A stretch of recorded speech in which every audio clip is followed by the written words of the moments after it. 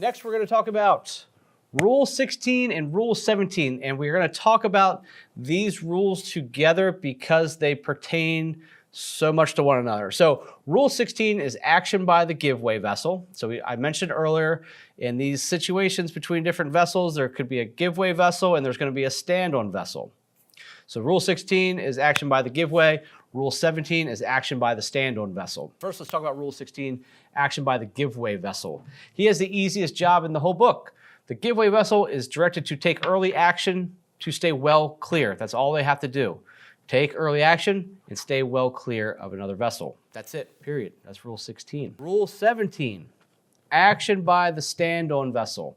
This vessel has a much more difficult job. You would think it'd be easy that they were the stand-on vessel, but there's more responsibility for this vessel than the other. We're going to break this into 3 parts for the stand-on vessel. The first part, the stand-on vessel shall maintain course and speed. This is to keep order in the universe, as I say, because if everybody were just giving way to everybody all the time, well, it would be chaos on the water. So in a situation where 2 vessels are meeting and one vessel is the giveaway, one is the stand-on vessel's first job is to maintain that course and speed. The rules, as I say, really only work if everybody follows them. And so in this case, it's really important that if you're the stand-on vessel, the first thing you do, maintain course and speed. However, it is not a perfect world. So there's a second part of this rule, and it's a may. May meaning it's an option. The second part of this rule states that we may take action when it's apparent that the giveaway vessel is not taking the appropriate action. I harp on this rule a lot with my students because any of us who've been out on the water before have run into the situation where you knew you were the stand-on vessel, you were watching that other boat waiting for them to get out of your way, give way to you.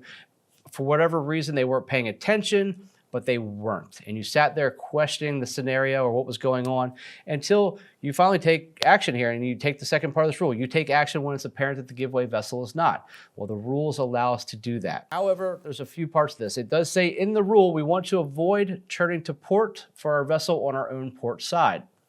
This is in case you may not have seen it yet, or that vessel might have waited a little bit longer than they should have, but then they finally make that action to avoid a collision. And if you turn to port for a vessel on your own port side, well, you've then now turned into each other and probably made the situation a little bit worse. So you have the option to take this action when it has become apparent that the giveaway vessel is not taking it. However, we're not going to turn to port for a vessel on our own port side. And I would say in this situation, you need to give the vessel a chance to take action. So that is not written in the rules, but you can't just automatically see them without waiting a second, invoke this part of the rule. You need to give them a second to take action. But as soon as it becomes apparent, then you may take action. Okay, so that's the second part of this. We're going to move to the third part of this rule where it says, you shall take action to avoid a collision when collision cannot be avoided by the giveaway vessel alone. This is to stop you guys from 2 vessels going right towards each other, saying, I'm the stand-on vessel, no I am, or one way or the other. If you're the stand-on vessel, at the end of the day, you may be stand-on, but you still need to take action to avoid a collision. There's at no point where vessels can collide and you would have 100% right on either side of the argument, because this rule even states if you're the stand-on vessel, you still need to take action to avoid a collision.